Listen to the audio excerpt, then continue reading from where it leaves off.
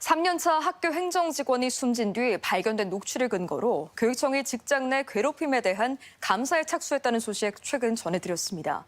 A씨가 근무하던 이른바 2인 행정실이 폐쇄성은 물론 과중한 업무로 신입 직원은 감당하기 힘든 환경이란 지적이 제기되고 있는데요. 이미 단체 협약으로 제한을 뒀지만 현장에서는 잘 지켜지지 않고 있습니다. 허연호 기자입니다. 지난 12일 숨진 A씨의 휴대전화에서는 행정실에서 함께 일하던 상급자 B씨의 목소리가 담긴 녹음 파일이 다수 발견됐습니다.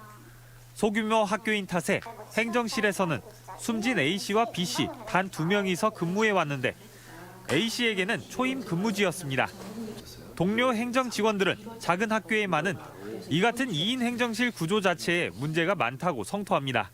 예전에도 저도 그런 비슷한 경험이 있었고 나 힘들다 도움을 청할 수 있는 구조가 아니거든요. 만약 그런 폐쇄적인 공간에서 단둘이 근무하는 상황에서 갑질을 하면 폐쇄성도 문제지만 380여 종이 넘는 업무를 30여 개가 넘는 사이트에 일일이 접속해가며 처리해야 할 정도로 업무량이 많아 신입 직원이 감당하기에는 어렵다는 지적이 이어져 왔습니다. 처음에 발령됐을 때는 전 새벽 2시, 새벽 3시 진짜 저도 울기도 했습니다. 업무대도 못하겠다고. 제 인수인계 봤는데 예전에 생각했던 학교 업무가 아니더라고요. 전에 있는 신규부는 그랬대요. 옆에서 보고 있으면 혼잣말로 막 이렇게 하고 있었대요. 할 수 있다, 할 수 있다. 실제로 A씨의 휴대전화에서 해야 할 일이 많은데 할 수가 없다, 죄송하다는 내용을 보낸 메신저 사진이 발견되기도 했습니다. 사진이 찍힌 시각은 퇴근 시간이 한참 지난 저녁 9시 54분경이었습니다. 나는 가중도 당연한 거지만 그걸 떠나서 내가 그냥 할 수 없을 것 같아. 이른바 2인 행정실의 과중한 업무는 처음 나오는 이야기가 아닙니다.